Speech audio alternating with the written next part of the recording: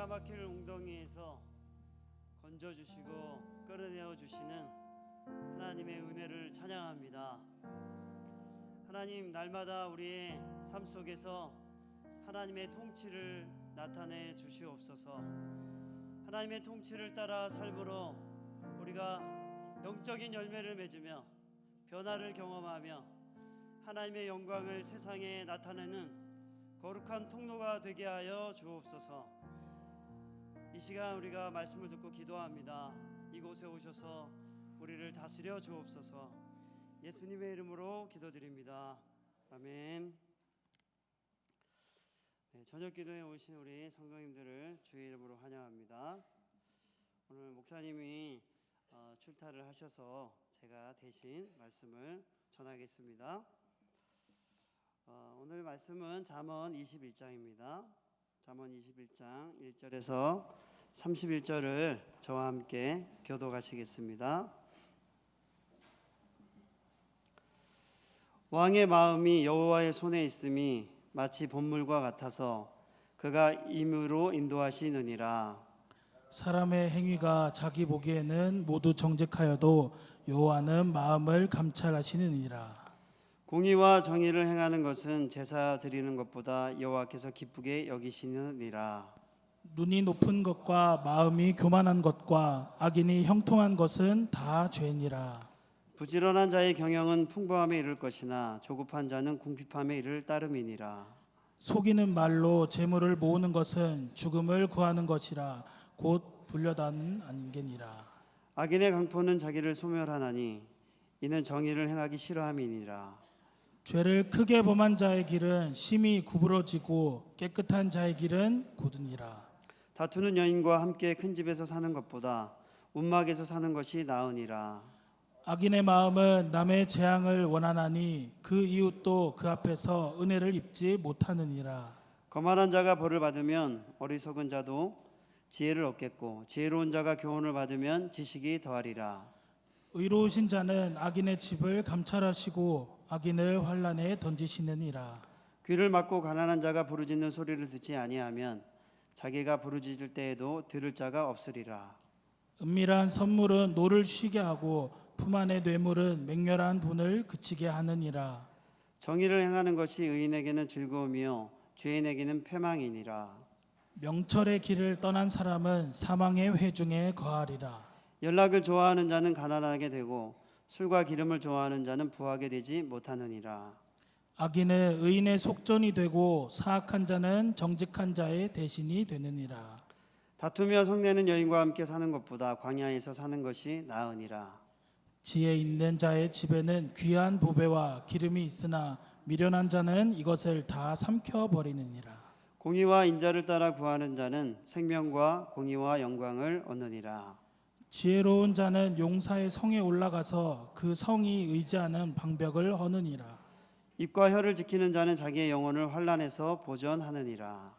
무례하고 교만한 자를 이름하여 망령된 자라 하나니 이는 넘치는 교만으로 행함이니라. 게으른 자의 욕망이 자기를 죽이나니 이는 자기의 손으로 일하기를 싫어함이니라. 어떤 자는 종일토록 탐하기만 하나 의인은 아끼지 아니하고 베푸느니라. 악인의 재물은 본래 가증하거든 하물며 악한 뜻으로 드리는 것이랴. 거짓 증인은 패망하려니와 확실히 들은 사람의 말은 힘이 있느니라. 악인은 자기의 얼굴을 굽게 하나 정직한 자는 자기의 행위로 삼가느니라. 지혜로도 못하고 명철로도 못하고 모략으로도 여호와를 당하지 못하느니라. 함께 읽겠습니다. 싸울 날을 위하여 마병을 예비하거니와 이김은 여호와께 있느니라. 아멘. 네, 오늘 하나님의 말씀 앞에 겸손한 것이 지혜입니다라는 제목으로 말씀을 전하겠습니다. 잠언에는 여러 가지 지혜를 모아놨기 때문에 저도 오늘 본문에 다 다루지는 못하지만 두 가지를 정해서 여러분에게 말씀을 전하도록 하겠습니다. 특별히 잠언서에는 여호와를 경외하는 것이 지혜고 그분의 말씀에 청종하는 것이 지혜라고 가르칩니다. 특별히 오늘 본문에 보면은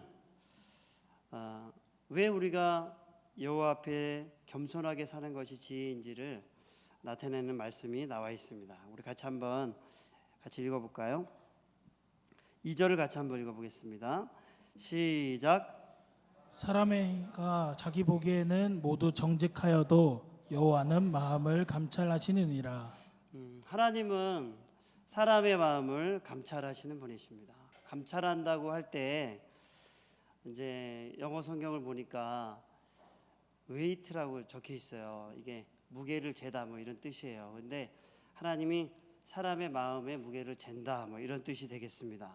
근데 한글 번역으로는 이제 감찰하다 이렇게 기록이 되어 있는데, 원래 이제 감찰하다라는 뜻은 이제 이렇게 조사하고 또 감시해서 사실을 잘 분별해낸다 뭐 이런 뜻이 들어 있습니다. 그러니까 하나님은 사람의 마음을 진실이 무엇인지, 그 속의 동기가 무엇인지 이를 잘 분별하신다는 뜻이 되겠습니다. 근데 우리나라 속담에 보면 열길 물 속은 알아도 한개 사람 속은 모른다라는 속담이 있습니다. 그만큼 사람의 마음의 속생각을 알기는 어렵다 이런 뜻이죠. 그런데 우리가 성경 본문에 보면은 하나님이 사람의 속을 아신다는 기록이 너무나도 많이 나와 있습니다. 누가복음 12장 13절에서 21절에 보면은 어리석은 부자의 이야기가 나옵니다. 어리석은 부자 그 이야기 속에 보면 이 사람이 그 소출을 많이 거둬가지고 창고를 짓고, 그리고 이제 자기 영혼에게 이제 이르기를, 자기 영혼에게 이른다는 것은 자기 속마음에게 이르는 것, 자기 자아에게 말하는 것이죠. 여러 해 쓸 물건을 많이 쌓아두었으니 평안히 쉬고 먹고 마시고 즐거워하자, 이렇게 자기 영혼에게 말했단 말이에요.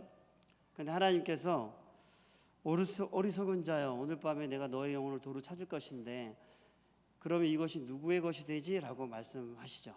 그러면서 하나님이 사람의 속을 아신다, 사람의 속마음을 아신다는 것을 우리가 이 본문을 통해 알 수 있습니다.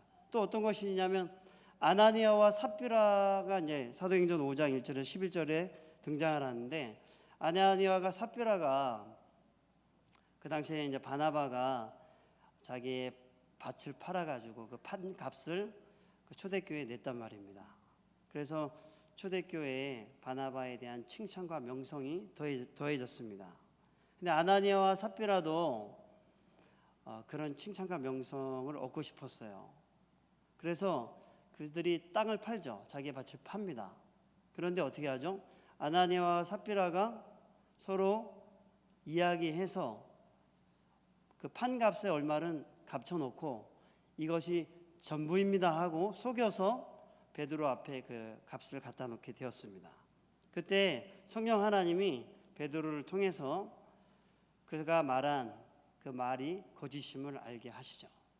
그래서 성령 하나님은 이 말씀을 통해서 우리의 속 생각과 속 마음과 그 동기들을 분별하시는 분이라는 것을 우리에게 보여주십니다.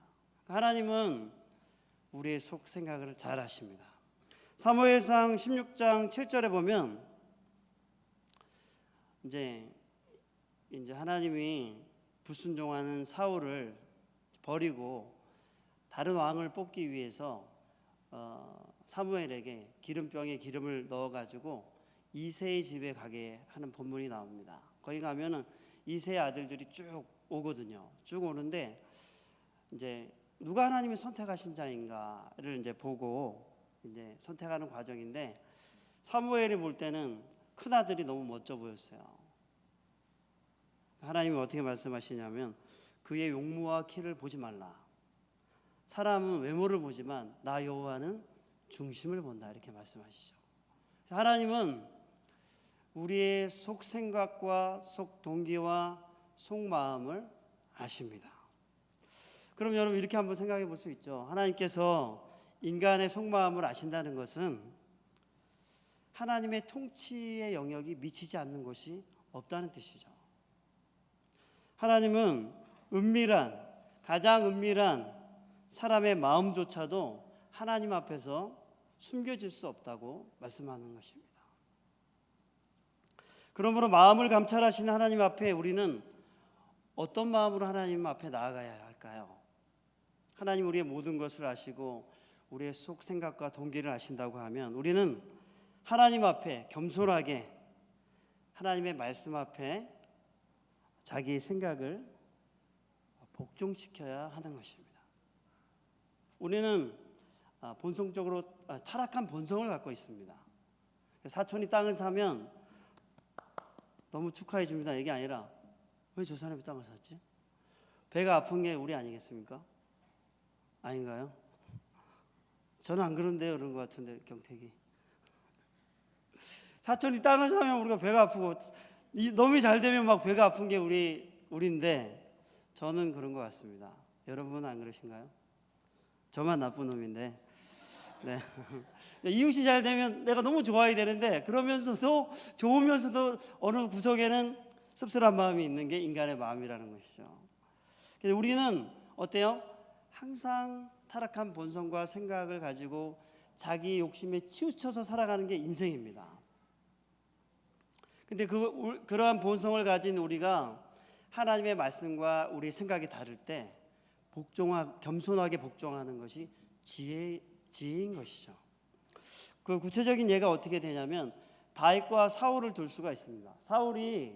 다윗이 어디를 가든지 승승장구하니까 사울의 마음속에 시기가 질투가 확 차올라왔습니다. 저 사람을 놔두면 내가 나라를 빼앗기겠구나 생각해서 이제 다윗을 죽이려고 합니다. 그래서 하나님의 말씀을 어기면서 불순종하면서 죄 없는 다윗을 죽이러 다닙니다. 결국 사울은 끝까지 하나님의 말씀을 순종하고 돌이키지 않고 복종하지 않으므로 그와 그 가족들이 전쟁터에서 사망하게 되죠. 다윗과 사울의 차이가 있다면 다윗이 정말 좋은 사람이었던 것은 확실합니다. 근데 다윗에게도 완벽함이라는 것보다는 다윗도 자기 부하의 아내를 취해버리죠.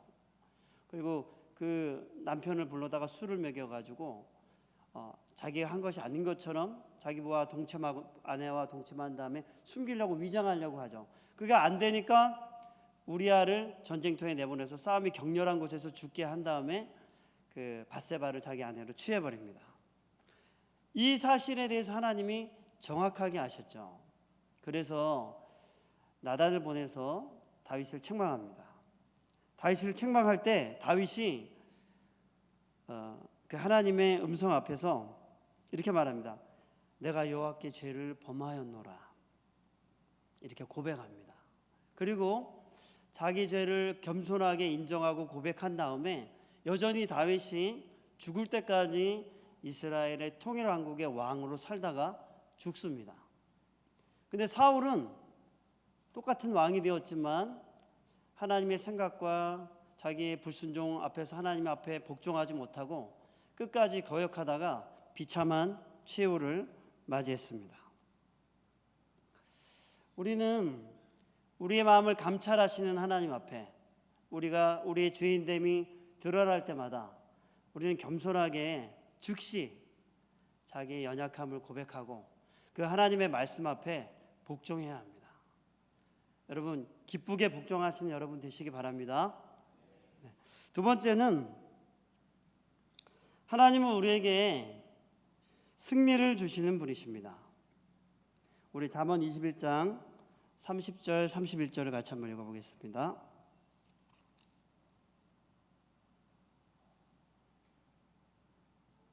같이 한번 읽어보겠습니다. 시작.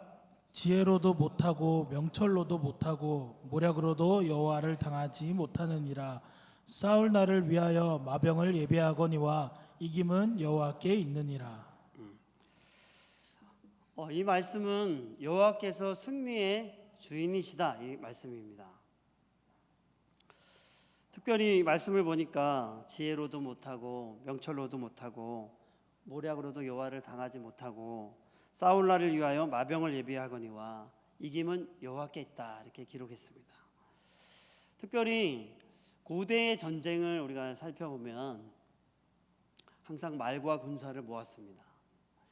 여러분 전쟁 영화를 보면 알게 되겠지만 고대 전쟁에서는 이제 말탄 군인들이 사람들을 치고 지나가며 그 다음에 막 진을 싸고 있는 것을 뛰어넘으면서 전쟁을 하게 되는 것을 보게 됩니다.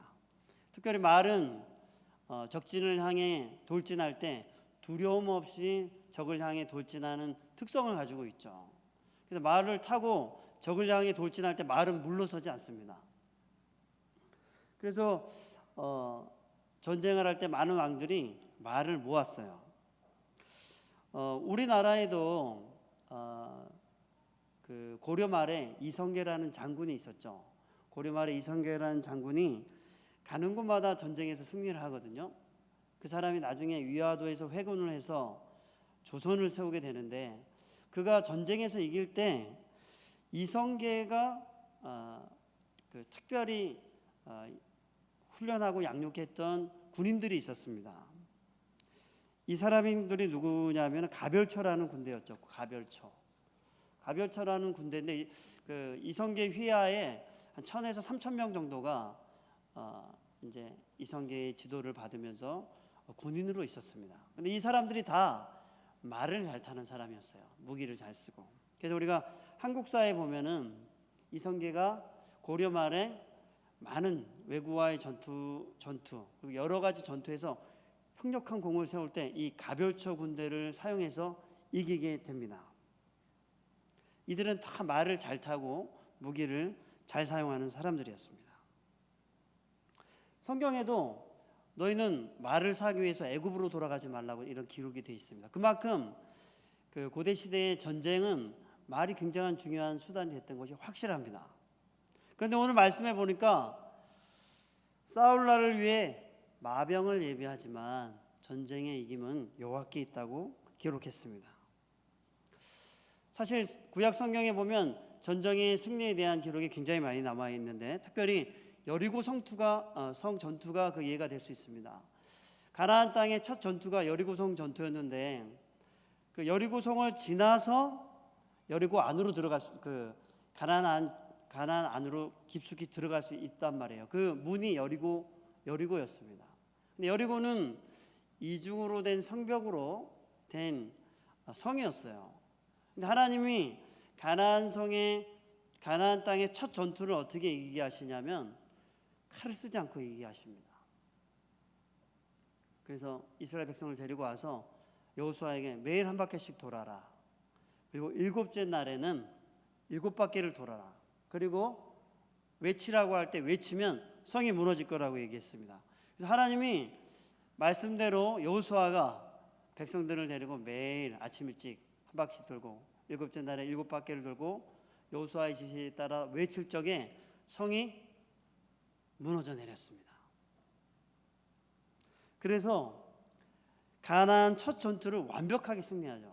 사실 가나안 첫 전투는 너무나도 중요했습니다. 우리 축구 토너먼트 할 때 우리 첫 게임이 얼마나 중요한지 아시죠? 축구 경기에서 이기기 위해서 첫 게임이 굉장히 중요하잖아요. 근데 가나안 성의 첫 번째 전투는 너무나도 중요했습니다. 이스라엘 백성들이 광야에서 40년간 헤매다가 와가지고 첫 전투를 하는데 여기서 박살나면 이스라엘 사람들의 그 마음이 막 물처럼 녹아질 수밖에 없는 상황이었습니다. 하나님은 어떻게 하시죠? 싸움에서 하나님이 그냥 칼 없이 이기게, 성이 무너지게 만드시죠. 하나님이 이 전쟁에 승리를 주시는 분이라는 것을 말씀합니다. 또 어떤 전쟁이 대표적인 거냐면 기드온 전쟁이 그랬습니다. 기드온이 있을 적에 미디안과 또 아말렉과 동방 사람들이 13만 5천 명이 쳐들어왔어요. 그래서 하나님이 천사를 보내서 기드온에게 큰 용사여, 하나님이 너와 함께 하신다 이렇게 하니까, 아니 하나님 우리 버리신 거 아닙니까? 이렇게 얘기했는데 아니다. 그래서 기드온을 잘 이렇게 하나님이 위로하심으로 함께 하심을 보여주면서 그 전쟁에 나가서 이기게 하시는데 사람들이 너무 많이 왔어요. 하나님이 돌려보냅니다. 계속 돌려보내서 300명의 사람을 데리고 13만 5천 명과 싸워서 이기게 하십니다. 이러한 사실은 하나님이 승리를 주시는 분이시고 승리의 주인이라는 것을 우리에게 가르쳐 주시는 것입니다. 심지어는 어떻게 되냐면 이스라엘이 범죄하니까 하나님이 어떻게 하시죠? 느부갓네살을 데리고 와가지고 이스라엘을 박살내버립니다. 우리는 성전이 있어, 여기 하나님이 계셔, 이렇게 자랑하던 이스라엘, 그러면서 자기 마음대로 살던 이스라엘을 하나님 어떻게 하시냐면 느부갓네살을 데리고 와가지고 가나안 땅에 있는 이 예루살렘을 초토화시킵니다. 하나님이 뜻하시면 언제든지 하나님이 이기게 하신다는 것을 보여주시는 것이죠. 이번 주에 굉장히 재밌는 일이 있었어요. 저희 어떤 일이 있었냐면 저희 목장 식구 중에 한 명이 이제 곧 새로운 지역으로 근무 발령이 나야 되는 상황입니다. 그래서 이번 주 수요일 날 발령이 났어요. 그래서 이제 지난주에 저희들이 이번 주 수요일 날, 그러니까 어제 발령이 날 것을 알았어요. 그래서 저희 목장에서 이제 지난주에 목장 모임 때 다 같이 모여서 기도했습니다. 하나님, 저희 목장에 좋은 소식이 많아지게 해주세요. 그래서 이분의 근무지가 정말 저희 또 멀리 가면 또 멀리 가야 돼요. 이건 뭐 거절할 수 없어요. 이 직업상 거절할 수가 없어. 그래가 이제 우리가 같이 기도하고 목장 식구들이 기도 제목을 나눈 다음에 다 같이 기도했어요. 그래서 우리가 하나님 은혜를 달라고 기도하고 저도 간절히 화요일로 아주 간절히 기도했습니다. 근데 어제 엄청나게 가까운 곳으로 발령이 났더라고요. 영천으로. 그래서 저희들이 막 가슴이 두근두근 전화해가지고 막 축하해 전화하고, 자기도 너무 가슴이 뭐 벌렁벌렁 거린다고 하더라고요. 하루 종일 그랬대요. 저희들도 너무 그랬거든요. 그래서 하나님이 하나님 우리 통치하신다, 우리의 기도에 응답하신다. 그 친구가 하는 말이 영천에 근무지가 있는지도 몰랐대. 본인은 저 대구가 가까운 줄 알았는데 영천에 있는지도 몰랐다 하더라고. 영천으로 오게 됐어요. 제가 그걸 누리면서 너무 기뻤습니다. 너무 마음이 기뻐가지고 저희 남아있는 목장, 여기 진량에 사는 목장 식구들 어제 모여가지고 우리끼리 잔치합시다. 우리끼리 맛있는 밥 먹었거든요. 그 사람 빼고 우리끼리 막 먹으면서 진짜 즐거워했어요. 그러면서 저희 마음속에 하나님이 통치하신다, 하나님이 이끄신 대로 우리가 간다, 하나님이 우리에게 승리를 주신다, 이런 기쁜 마음이 우리 마음에 충만했습니다.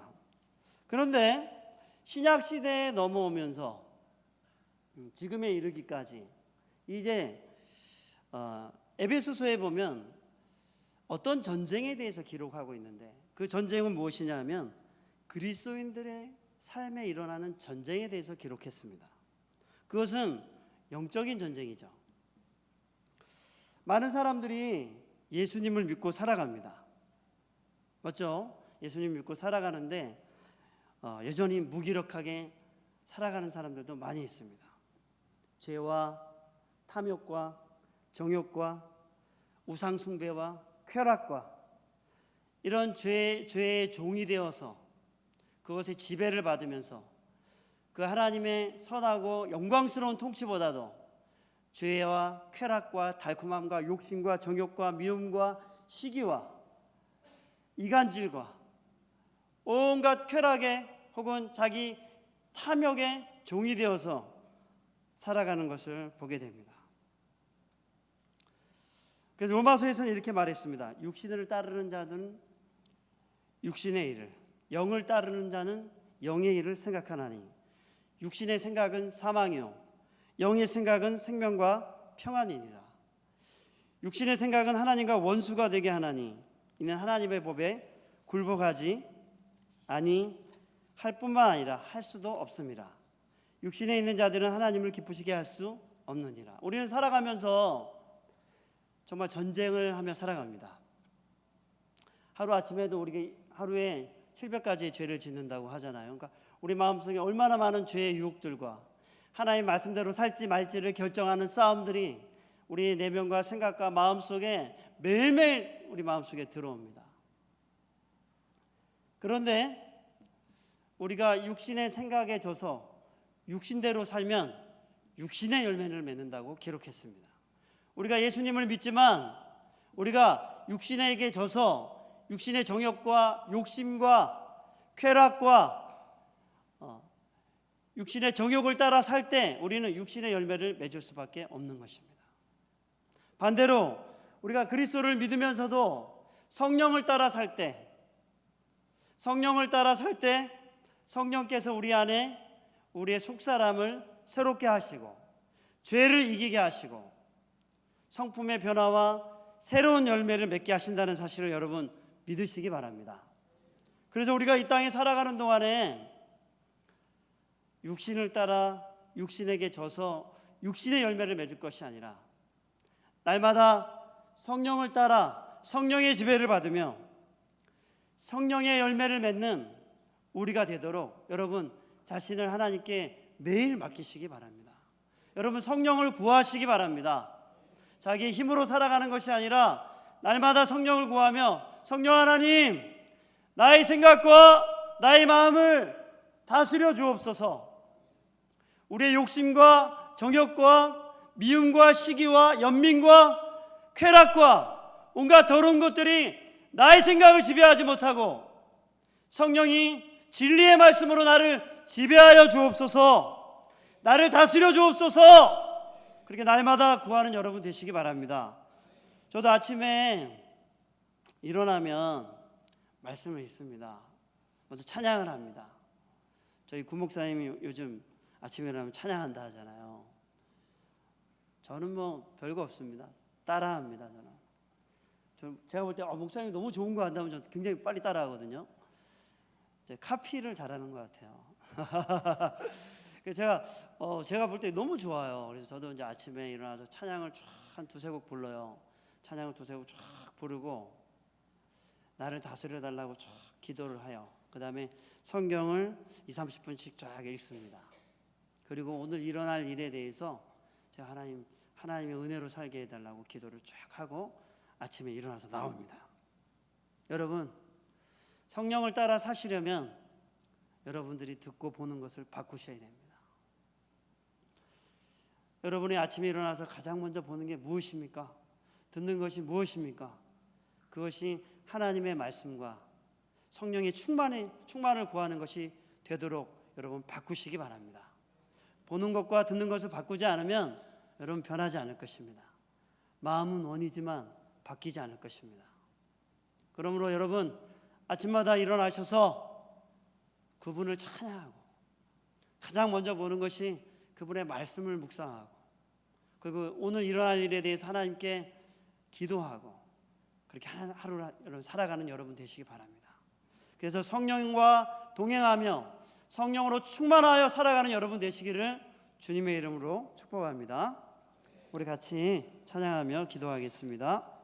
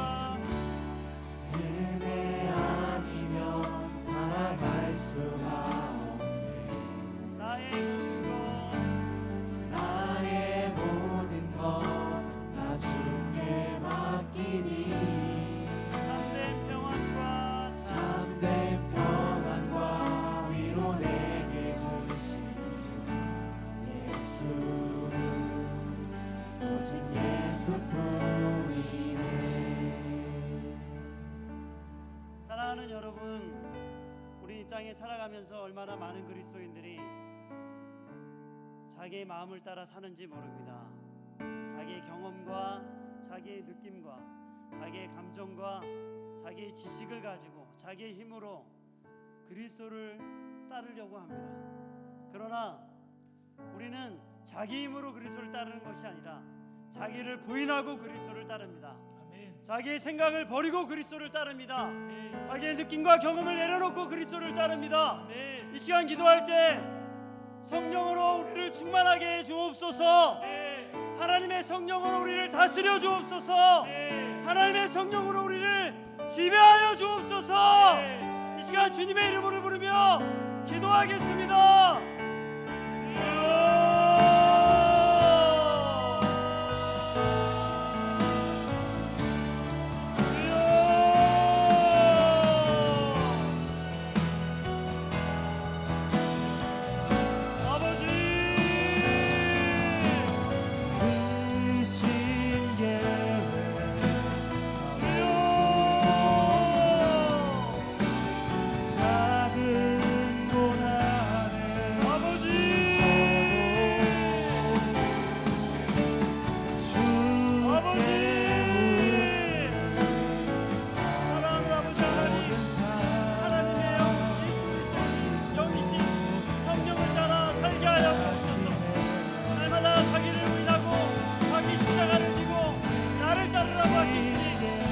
자기의 경험과 자기의 느낌과 자기의 감정과 자기의 지식과 자기의 힘을 가지고 살아가야 하냐고 자기를 부인하고 우리에게 성령을 주셨는데 성령을 따르며 성령의 지배를 받으며 성령을 구하며 진리 가운데로 우리를 인도하시는 성령을 날마다 구하며 아버지 성령을 따라 사는 우리가 되게 하여 주옵소서.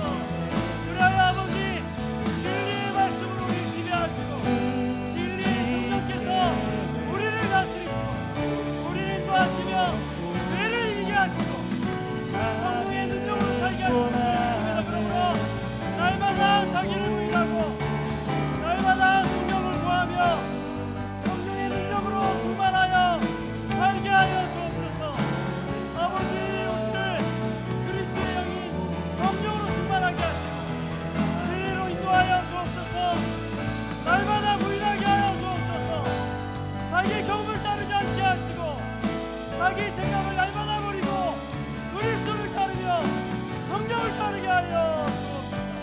우리하여 아버지 하나님의 공평한 다스림과 하나님의 인도하심이 내 안에 충만하게 일어나게 하시옵소서. 우리로 하여금 죄를 이기고 세상의 변화를 경험하며 하나님의 인도하심을 누리는 저희들 되게 하셔서 이 땅 가운데 하나님의 영광스러운 교회를 이루어내는 하나님의 백성 되게 하여 주옵소서. 살아계신 아버지를 찬양합니다. 수많은 사람들이 자기 생각을 믿고 자기의 느낌을 따라 살아갑니다. 그리고 자기가 하지 못할 일을 만나면 좌절합니다. 그러나 하나님, 우리는 우리의 힘을 믿고 의지하는 자들이 아니고 아멘. 그리스도를 따라 성령을 따라 사는 자들임을 고백합니다. 아멘. 그러므로 아버지 성령이여 날마다 우리를 지배하여 주옵소서. 아멘. 성령의 능력으로 죄를 이기게 하여 주옵소서. 아멘. 성령의 능력으로 탐욕을 이기게 하여 주옵소서. 아멘. 성령의 능력으로 쾌락을 이기게 하여 주옵소서. 아멘. 그리하여 아버지 성령의 능력으로 이 땅 가운데 하나님의 영광스러움을 나타내며 하나님의 영광스러운 교회를 나타내는 자들이 되게 하여 주옵소서. 아멘. 예수님의 이름으로 기도합니다. 아멘. 아멘.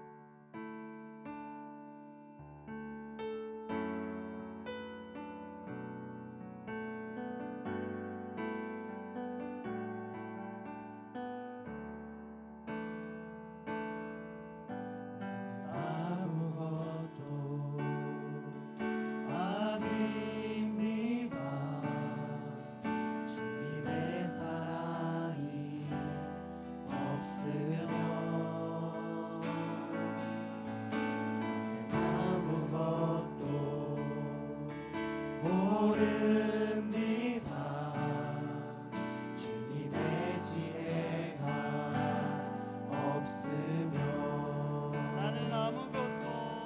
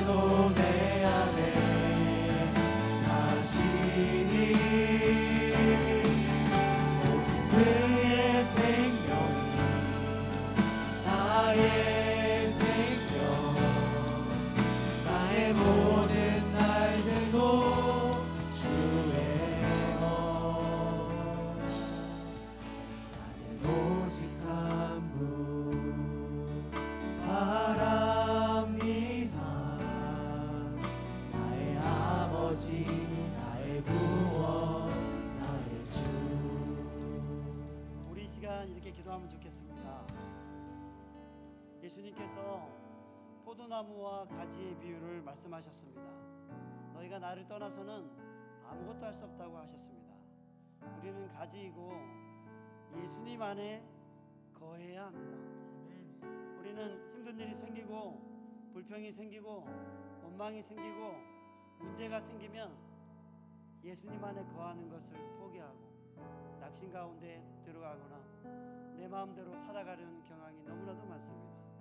그런데 마치 예수님 안에 거하는 자들은 시냇가에 심기운 포도나무처럼 가뭄이 올지라도 그 잎이 청청하며 계절을 따라 열매를 맺는다고 했습니다. 이 시간 기도할 때 하나님, 날마다 예수 안에 거하게 하여 주옵소서.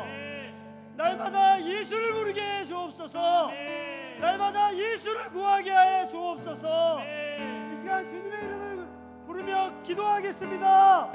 주여!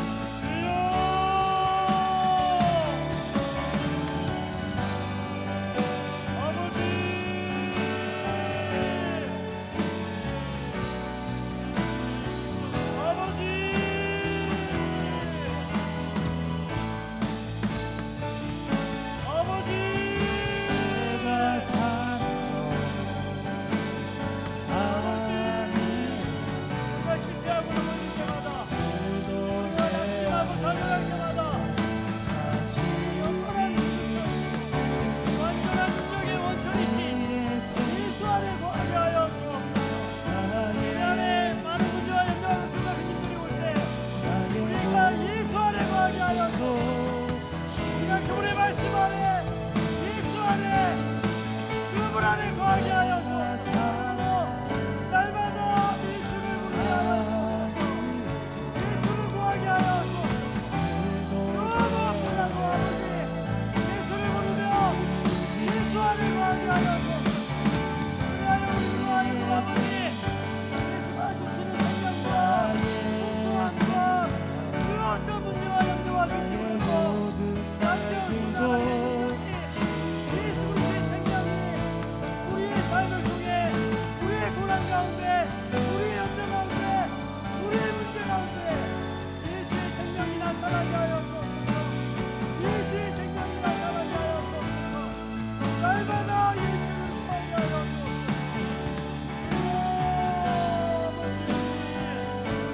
예수를 구하게 하여 주옵소서.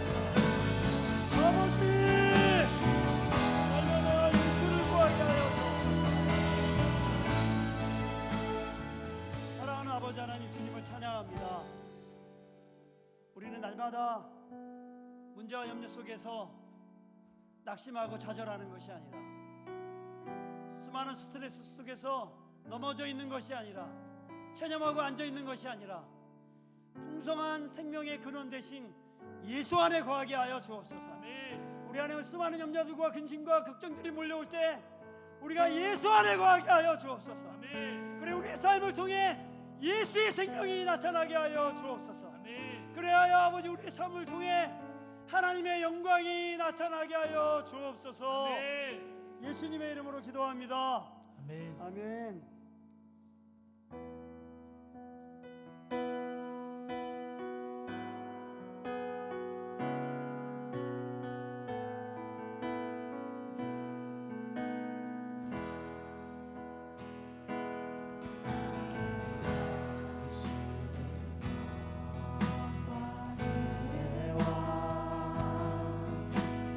당신은 평안의 왕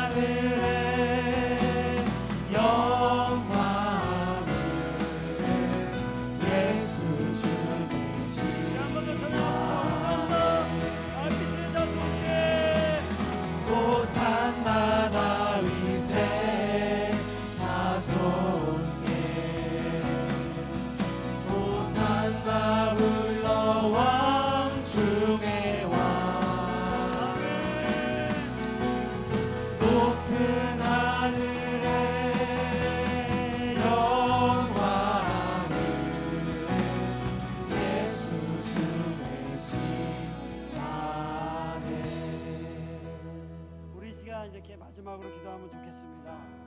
이 시간 기도할 때 온 교회가 행복 모임을 통해서 베스트를 작정하고 지금 사람들을 만나고 있습니다. 코로나를 지나면서 관계의 단절과 고립을 경험하는 수많은 사람들이 곳곳에 있습니다. 우리가 담대하게 요즘 사람들이 자기가 그리스도인들인 걸 나타내는 것을 어려워합니다. 혹시 내가 손해보지 않을까? 해를 당하지 않을까?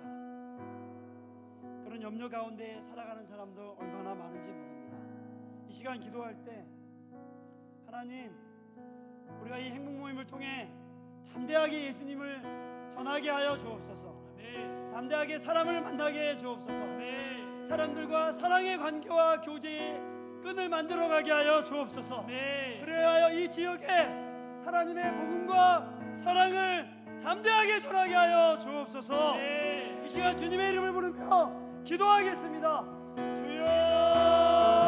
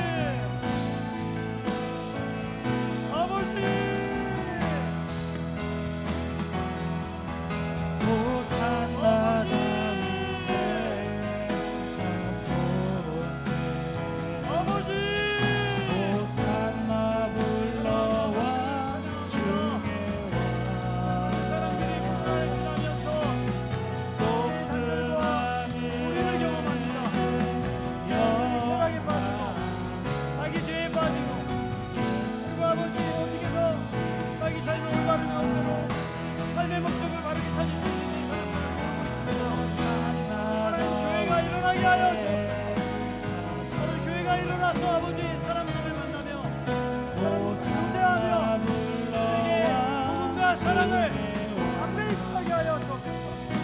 우리가 식사를 하며 우리가 차를 마시며 우리가 교제하고 이야기를 할 때마다 담대하게 기도하며 하나님의 복음과 사랑을 전하는 교회 되게 하여 주옵소서. 그래서 이 신령과 하얀 지역에 그리스도를 모르는 사람들에게 이 행복 모임 기간에 복음이 힘있게 전해지게 하여 주시옵소서. 그래야 복음을 듣고 수많은 영들이 그리스도께로 돌아오는 성령의 역사가 충만히 일어나도록 성령의 역사하여 주옵소서. 주님을 찬양합니다. 사랑하는 아버지 하나님, 행복 모임을 하고 있습니다. 지금 사람들을 만나며 차를 마시며 식사를 하며 통성명을 하며 그들에게 관계를 쌓으며 복음을 전할 기회를 찾고 있습니다. 이 기간에 성령 하나님 우리 가운데 역사하여 주옵소서. 아멘. 우리가 그리스도인 걸 숨기지 않게 하여 주옵소서. 아멘. 우리가 그러므로 떳떳하고 당당하게 그리스도의 사랑과 복음과 문화를 탁월하게 전하는 교회 되게 하여 주옵소서. 아멘. 그리고 이 잃어버린 자들에게 그리스도의 복음과 사랑을 전하는 교회 되게 하여 주옵소서. 아멘. 뿐만 아니라 육신의 질병으로 고통당하는 우리의 성도들을 기억하여 주옵소서. 아멘. 그들이 치료 가운데 하나님 그 질병이 깨끗이 나을 수 있도록 성령이여 치료하여 주옵소서. 아멘. 또 여러 가지 문제로 인하여서 마음의 절망과 어려움 속에 있는 자들에게 하나님의 살아계심과 위로하심으로 함께하여 주옵소서. 아멘. 예수님의 이름으로 기도합니다. 아멘. 우리 시간 개인적으로 기도하시다가 돌아가시도록 하겠습니다. 기도하겠습니다. 주여